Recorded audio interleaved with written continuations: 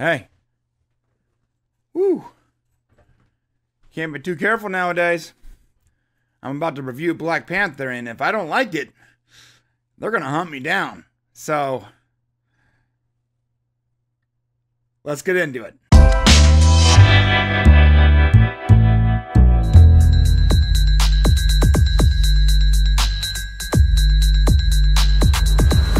Hey, my name is Brian, and this is the Popcast, and today we're talking about the Black Panther. This is our spoiler review of the Black Panther, and as you can see, Shane is not here today. He is off hanging out on the Alps, skiing down the slopes with his beautiful family, and that means that you get me. And we're going to have some one-on-one time as we discuss some of the finer points of the Black Panther, the good, the bad, the not so good, the not so bad.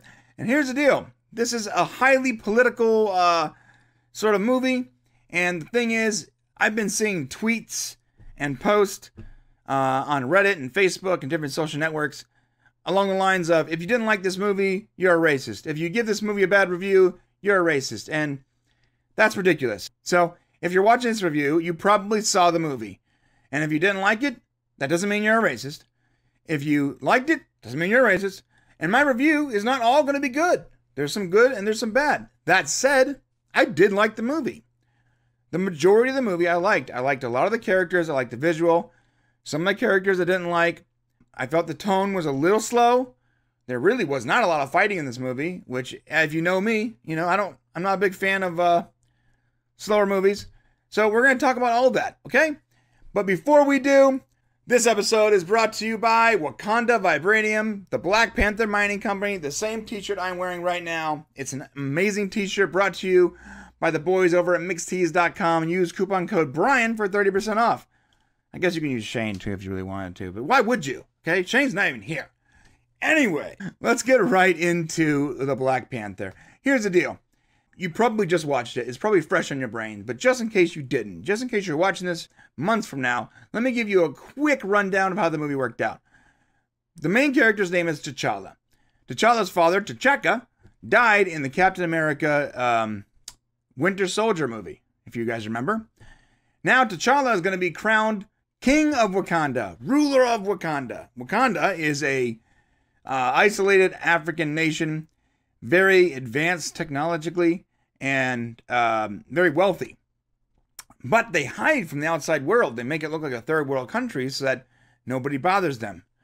Probably a good idea, because most people are trying to steal all their precious metal, this metal called vibranium. The vibranium basically funds their economy, their weapons, their technology, just about everything. And in this movie, we get a nice little intro as to how vibranium got to Wakanda. So that's a really important part of the movie. It's finally sort of explained on how we got it, which sort of goes, it was brought to here by like a meteor or something. So here's the deal. Like, is there like a planet out there full of vibranium wielding, aliens? That's a little bit scary of a thought, considering how powerful this stuff is, right? Anyways, T'Challa faces some serious hurdles along the way. He's got to, fight some gorilla guy, some guy with a gorilla mask. His name is M'Baku, and I actually like this guy a lot. He was played by Winston Duke. By the way, T'Challa is played by Chadwick Boseman. He beats him handedly, takes the reins. A bunch of crazy stuff happens between Ulysses Claw and Erik Killmonger. Ulysses Claw is played by the famous Andy Serkis, and that's actually my first criticism of the movie, is that he was basically killed off really quickly, and I feel like they had this amazing actor that can do that gave us an amazing villain, and we were just getting to know him, and it was really looking great, and then they just sort of killed him so that Michael B. Jordan's character, Erik Killmonger, can further his story. And I felt that was unnecessary, and now I'm a little bummed out that we're not going to see Ulysses Claw anymore in the Marvel Universe.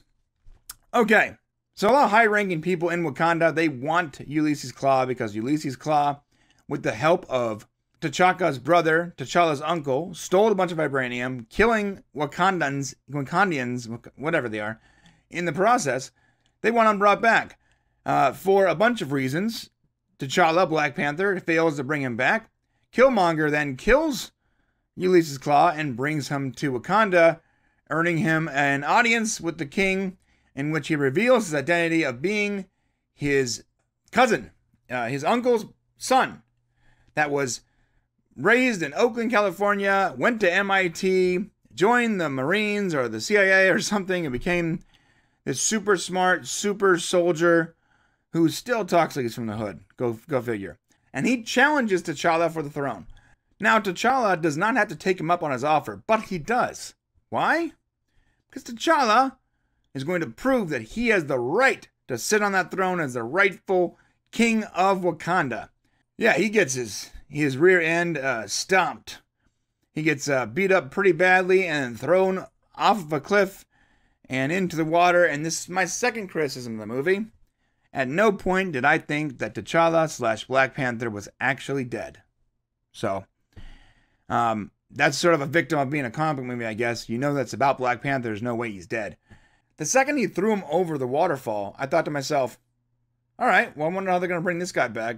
Some crazy magic or something. I don't know. They didn't. In fact, the way they did bring him back, M'Baku's people found him in the water, brought him, and put him on ice. But in the meantime, Killmonger was crowned king of Wakanda. And he was given the special heart-shaped purple herb that gives him Black Panther powers. He was given the golden Black Panther necklace that turns into the Black Panther suit. And he promptly burned the remaining heart-shaped herb so that nobody can dethrone him, I'm assuming. T'Challa's sister and mother go to M'Baka to try to get his help into taking their kingdom back, assuming that T'Challa is dead. But instead they find out T'Challa is with M'Baka, and T'Challa's little sister, Okoye, or maybe his love interest, Nakia, I forgot, stole some of that heart-shaped herb, and they use it to bring T'Challa back. T'Challa and company then head back to Wakanda, and a giant battle ensues, and a lot of stuff happens. They eventually take over, and happy ever after, and all of that good stuff, and now we're going to help the world, etc., etc., etc. Now let's talk about the movie. First of all, some good things. I really like the whole vibe. The whole Black Panther saving people with the technology, and I loved that sort of James Bond-esque style, where him and these beautiful women, they were crazy fighters, in these nice suits. They're visiting a club looking for Ulysses Claw, joining with the CIA. I loved that car chase. That was really cool. It was really well done. I loved T'Challa's character. I loved the way Chadwick Boseman played T'Challa. He played a very regal king. He was very good at playing the king and playing the Black Panther. Chadwick Boseman did a very good job in this movie. Now, let's talk about Michael B. Jordan. I don't think I was a fan of Michael B. Jordan's. I know I was supposed to dislike him, but I don't know if I disliked him. I just didn't believe any of it. Killmonger's character, Erik Killmonger, was apparently this kid that grew up without a father in Oakland, California. He went to MIT. He's a genius level intellect, joined the Marines, joined the CIA. He was a killer, and he earned the nickname Killmonger. That wasn't even his real name. And I just don't believe it. You know, this guy is, this particular character, the way Michael B. Jordan played him, was he sort of played him like he was some kind of street thug. And it didn't work for me. Because I don't believe that you can get through MIT with that kind of like attitude and character, you know, or even pass a background check to work for the CIA. Like, I just don't believe it. And I know he needed to have a little bit of that to show that he was from America. And that's sort of like the American culture.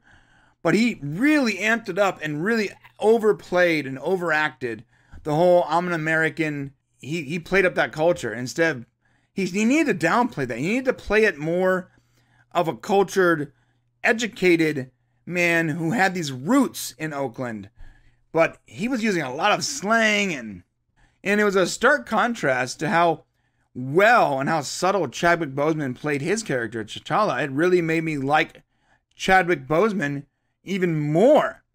On a better note, Lupita Nyong'o, I can't pronounce her last name, but she played Nakia, and she was fantastic.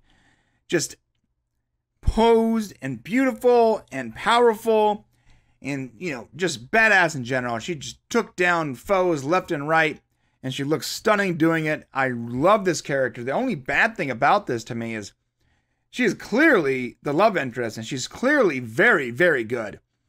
Which means that we're not going to see the classic comic book setup where Black Panther eventually finds and marries Storm from the X-Men. And I always thought, now that they own the rights to the X-Men, Disney does, they would eventually go down that route. But that might not be the case, considering that Nakia is so good in this movie. She's very, very good. Another good thing was the nation of Wakanda. It was beautiful. The graphics were impressive. The architecture was amazing.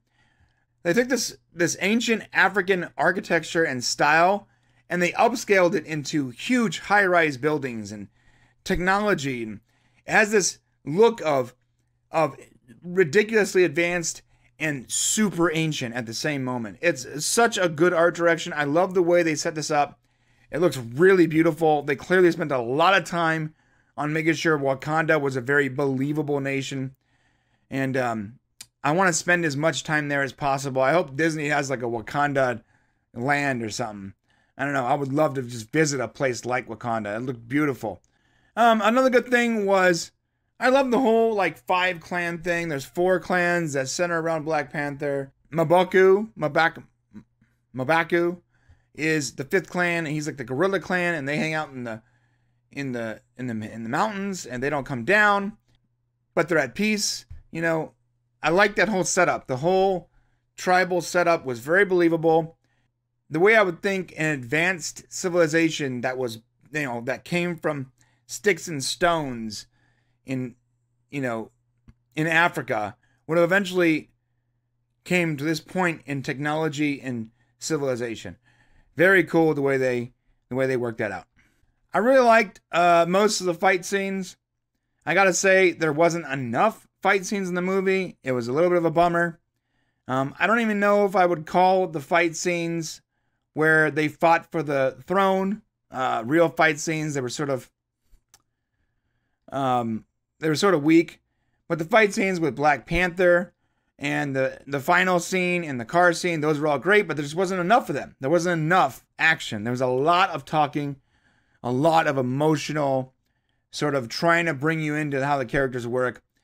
But the problem with that is, while I got the T'Challa background and the T'Chaka history and how that played out and how their relationship worked, when they tried to do the same thing for Killmonger, I just didn't feel it like at all. Even though Killmonger's father, that actor, did a great job, I did not really like Michael B. Jordan very much in those roles. I didn't believe his character. He didn't seem sad. He didn't seem emotional. Like he just didn't act very well for me. Especially a stark contrast between Danea Gurira, Lupita Nyong'o, and Chadwick Boseman, who did amazing. And then even, Latia Wright, who played Cheri, did a really good job. Put all those people up against Michael B. Jordan, and it's just like, it was all right. At best. So, yeah, I wasn't a fan of the Michael B. Jordan character. But all in all, this movie was quite something. Definitely a very, very welcome addition to the Marvel Cinematic Universe. I'm very happy that I was able to watch this movie. I'm glad it was made. I don't think it was the best Marvel movie. If I had to really think about that, I would probably say the first Avengers was probably one of the better ones. But even then, it's sort of hard to say which one was the best one. This is not the best Marvel movie. There was a lot of moments that were a little too slow for me. And while they explained everything real well, and most of the actors were very on point, some of the acting wasn't. And some of the writing was a little rushed. And it's weird. It's almost like they tried to rush the fight scenes to get to the more softer spoken character development scenes. But then some of those character development scenes didn't really stick. But all in all, it was a fantastic movie. And congratulations to Chadwick Boseman. Man, he just killed it. I can't wait to see more of Black Panther on the screen. But I really wasn't happy with Michael B. Jordan's character, Erik Killmonger, and I feel like they definitely wrote out Ulysses Claw way too soon, and they wasted the opportunity of using an amazing actor like Andy Serkis in a bigger role in the Marvel MCU, and we're not going to see that now. And it bums me out because Andy Serkis is an amazing actor, and we don't get to see enough of that character and that actor. So that's a bummer. Let's talk about Cheri. Cheri was my second favorite thing in this movie. She was fantastic. She was like Black Panther's Q, you know, if you want to make a James Bond reference. She was like the tech behind the suit. She's smart, great actress. I love the play and the chemistry between these two characters. Clearly, I totally get a brother-sister chemistry with these two. And I really enjoyed the banter back and forth. It was really, really great. So once again, another reason I want to see another Black Panther movie. I want to see more of these characters, or at least put these characters in other MCU movies. The chemistry between Chadwick Boseman and Nakia Wright was on point. Cheri and T'Challa were siblings. They loved each other. You can see their interaction and their banter was really great. And it made the movie feel so warm and familiar. I really enjoyed it. All in all, go watch the movie. It was great. You're going to love it. Ignore the crazy critics out there on Twitter. Just go have a fun time. You will like this movie. If I had to give it a star rating, I'd probably give it closer to like 4 out of 5 stars. It was not the best MCU movie, not by a long shot, but it was not the worst. It's a solid addition to the Marvel Cinematic Universe, and I really enjoyed myself. Okay, let's take a quick look at the Rotten Tomatoes score and some of the critic reviews, and then we'll wrap this up. We're looking at a 97% on the tomato meter. I mean, it's scoring high. Audience score is 75%. That is fantastic. You know, it's hard sometimes to take these numbers seriously, considering movies like Justice League and other movies I've reviewed, where these numbers were so skewed. But this was clearly a movie where the critics and the audience were on the same page. And I gotta agree, you know, I wouldn't give it a 97%, but I would give it higher than 75%. I'd probably, you know, I'd put it probably closer to 90%. It was a good movie. So if you look here, it has 267 fresh ratings. That means 267 people said it was a good movie, and 9 people said it was rotten. So let's look at those 9 people, because they are the minority here. Let's go to the rotten reviews. Let's just grab one random one. Oh, here's one. Avi Offer says, an insipid, soulless, and overproduced bore. Okay. All right. Armand White says, Black Panther turns radical politics into a Malcolm X called... Oh, man, this guy's a racist. Okay, here's the deal. Okay, real talk. There are going to be people that don't like this movie because most of the cast is black, and that's stupid, okay? That's a very stupid reason not to like this movie. There are reasons to criticize this movie, but none of those reasons should have anything to do with how much pigment is in your skin. That's it. And that's it, everybody. My name is Brian. This is the Popcast. I hope you like this shorter format. We're going to try to do this for our movie reviews in the future. Come back and see us. We'll be back next week. Me and Shane, back at it. Don't forget to subscribe and comment below. Be part of our future giveaways. And have a great weekend. I'll see you next week. This is the Black and comment. On that video. On that video. Okay, Daddy's the best. Okay, very good. Yeah, that's a keeper right there.